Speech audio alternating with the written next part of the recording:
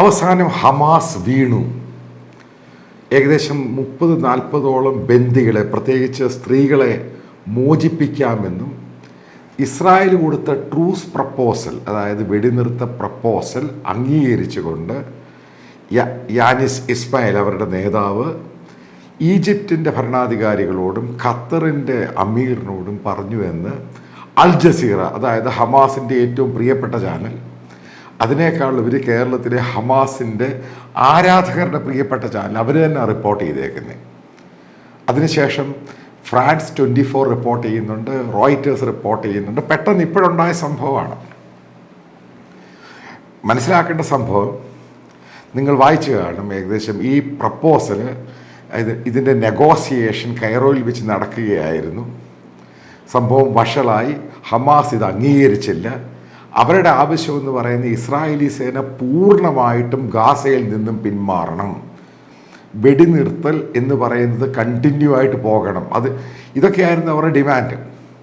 അവരുടെ കയ്യിൽ ഏകദേശം 100-ൽ പരം ഇസ്രായേലി ഹോസ്റ്റേജസ് ഉണ്ട്. എന്നാൽ മാത്രമേ ഇങ്ങനൊരു പ്രപ്പോസൽ അവർ അംഗീകരിക്കൂ എന്നുള്ള ധാരണയിൽ ഇന്നലെ വൈകിട്ട് ഇസ്രായേലി നെഗോഷിയേറ്റേഴ്സ്, അതായത് അവരുടെ മൊസാദിൻ്റെ തലവനും മറ്റുള്ളവരും കൈറോയിൽ നിന്നും തിരികെ ടെലവീവിൽ വന്നു.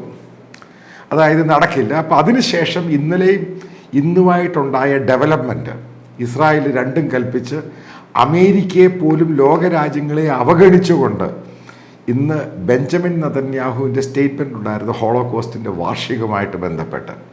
അദ്ദേഹം പറഞ്ഞു, ഒരു കാരണവശാലും വൻ രാജ്യങ്ങളും മറ്റുള്ള രാജ്യങ്ങളും പറയുന്നതനുസരിച്ച് മുന്നോട്ട് പോകാൻ ഇസ്രായേലിനെ കൊണ്ട് സാധിക്കില്ല.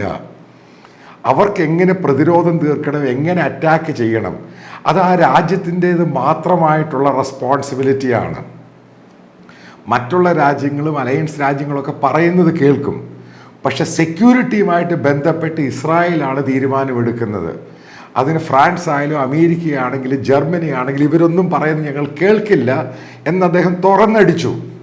അതിനുശേഷം ഉണ്ടായത് നിങ്ങൾ മനസ്സിലാക്കുക, ഇന്ന് ഏകദേശം 10,000-ഓളം ഈസ്റ്റേൺ റഫായിലുള്ള പലസ്തീൻകാരെ, അത് ഗാസയിൽ നിന്നുള്ളവരെ അവിടുന്ന് ഇവാക്യുവേറ്റ് ചെയ്യിപ്പിച്ചു ഇങ്ങോട്ട്, ഇപ്പുറത്തെ നോർത്തേൺ ഭാഗത്തോട്ട്. അപ്പോൾ അവിടെ ഇവർ ടെൻ്റ് ഒരുക്കി കൊടുത്തു. അതേപോലെ തന്നെ ഭക്ഷണം, മറ്റുള്ള സംഭവങ്ങളെല്ലാം. ഈ 10,000 പേര് പോയിട്ട് മറ്റുള്ളവരോട് പറഞ്ഞു അവിടെ ടെൻറ്റ് നല്ലതാണ്, ആഹാരം കിട്ടുന്നുണ്ട്, ഭക്ഷണം കിട്ടുന്നുണ്ട്. അതായത് റാഫേൽ ഇവരുടെ ഷീൽഡായിട്ട് വെച്ചേക്കുമായിരുന്നു ഈ ഹമാസ് ഭീകരവാദികൾ. അപ്പോൾ ഇവരെല്ലാം കൂടെ മൂവ് ചെയ്യാൻ തുടങ്ങുകയും, രണ്ടാമത് ഇസ്രായേൽ വ്യക്തമായിട്ട് പറഞ്ഞു അവരെ റാഫ കീഴടക്കും, 2 ആഴ്ചക്കുള്ളിൽ പരിപാടി തീർക്കും. അതിനുശേഷം അവർ ഈജിപ്തിനോടും ഖത്തറിനോടും നേരിട്ട് പറഞ്ഞു. ഈജിപ്റ്റാണ് ഇപ്രാവശ്യം ഏറ്റവും കൂടുതൽ നെഗോഷിയേറ്റ് ചെയ്യാൻ മുൻപന്തിയിലിരുന്ന്. ഖത്തറിനെ വലിയതായിട്ട് അടുപ്പിച്ചിട്ടില്ല. അത് അമേരിക്കയുടെ കാരണം ഖത്തർ കഴിഞ്ഞ പ്രാവശ്യം ഒരു ഗെയിം കളിച്ചു എന്നുള്ള ധാരണ ഗ്ലോബലി ഉണ്ടായി. കാരണം ഹമാസിന് അനുകൂലമായിട്ട് നിൽക്കുന്നു എന്നുള്ള ധാരണ. അപ്പം അതിൻ്റെ പേരിൽ ഈജിപ്തിനാണ് മേജറായിട്ടുള്ള റോള് കൊടുത്തത്. അപ്പം ഈജിപ്തിൻ്റെ ഇൻ്റലിജൻസിൻ്റെ തലവനാണ് ഈ ഹമാസുമായിട്ട് നേരിട്ട് നെഗോഷിയേറ്റ് ചെയ്തത്. അവസാനം ഈജിപ്റ്റ് ഒരു കാര്യം പറഞ്ഞു. ഇപ്പോൾ റിപ്പോർട്ട്സുകൾ വന്നുകൊണ്ടിരിക്കുക, ഹമാസിൻ്റെ നേതാക്കളോട്, അതായത് ഇസ്മായിൽ ഹനീസിനോട് നേതാക്കൾ ഒരു കാര്യം പറഞ്ഞു. ഇപ്പം ഇസ്രായേൽ ഈസ്റ്റേൺ ഭാഗം ഒഴിപ്പിച്ചിട്ട് മറ്റുള്ള ഭാഗത്തോട്ട് അറ്റാക്ക് ചെയ്യാൻ പോകുമ്പോൾ ഈജിപ്തിൻ്റെ ഭാഗവും ഇസ്രായേൽ സൈന്യത്തിന് കൊടുക്കും റാഫാത്ത് തീർക്കാൻ വേണ്ടി. ഇതിലാണ് ഇവർ ഭയന്ന്, കാരണം അറ്റാക്ക് ചെയ്യുമെന്ന് ബോധ്യമായി. അപ്പോൾ അതിനേക്കാളും നല്ലത് ലിറ്ററലി ഭയന്നിട്ടാണ് റാഫ പിടിക്കും, ഇൻ്റർനാഷണൽ പ്രഷറിനെയെല്ലാം ഇവർ ഓവർകം ചെയ്യും. അവസാനം അമേരിക്കയും തന്നെ ഇവർക്ക് താക്കീത് കൊടുത്തു, അതായത് ഈജിപ്റ്റ് ത്രൂ താക്കീത് കൊടുത്തു. അമേരിക്കയുടെ സപ്പോർട്ട് ഉണ്ടായിരിക്കും. അമേരിക്ക ഹ്യൂമനിറ്റേറിയൻ ക്രൈസിസും മറ്റതൊക്കെ പറയുന്നതേ ഉള്ളൂ. ഒരു കാരണവശാലും ഇവരൊരു വെടിനിർത്തൽ എന്ന് പറഞ്ഞാൽ 6 വീക്സ് ആ പ്രപ്പോസൽ ഇവർ അംഗീകരിക്കത്തുള്ളൂ, അല്ലാതെ ലോങ് ടൈം അംഗീകരിക്കത്തില്ല. ഇസ്രായേലി സേന ഗാസയിൽ നിന്നും പിൻവാങ്ങില്ല. അത് വളരെ അർത്ഥശങ്കയില്ലാത്ത വിധം ഇവരോട് പറഞ്ഞു. അതിനുശേഷമാണ് ഇവർക്ക് ഭയമുണ്ടായത്.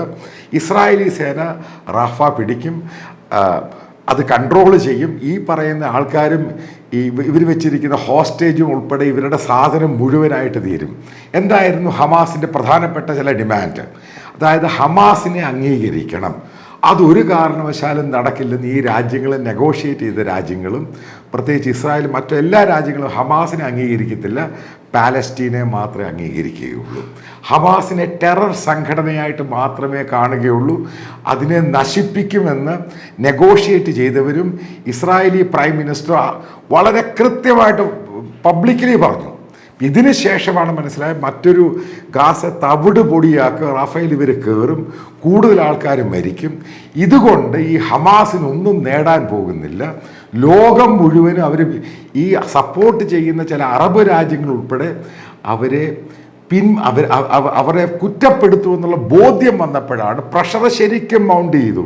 അവസാനം അറിയാൻ സാധിച്ച മറ്റൊരു റിപ്പോർട്ടിൽ പറയുന്നത് ഇറാൻ പോലും ഹമാസിനോട് പറഞ്ഞു ഒരു സെറ്റിൽമെൻറ്റിന് പോയി നെഗോഷിയേറ്റ് ചെയ്ത് സംഭവം തീർക്കുക, അല്ലെങ്കിൽ ഇത് മുന്നോട്ട് പോകുകയാണെങ്കിൽ ഇറാനെ പോലും ഇത് വരാൻ പോകുന്ന ദിവസങ്ങൾ അവർക്കും പ്രശ്നമുണ്ടാകും. അതിൻ്റെ ഭാഗമായിട്ടാണ് ഈ ഒരു ട്രൂസ് ഡീൽ, അതായത് ഹമാസിൻ്റെ ലീഡേഴ്സ് ഇസ്രായേൽ കൊടുത്ത പ്രപ്പോസൽ അംഗീകരിച്ചത് എന്നാണ് അറിയുവാൻ സാധിക്കുന്നത്.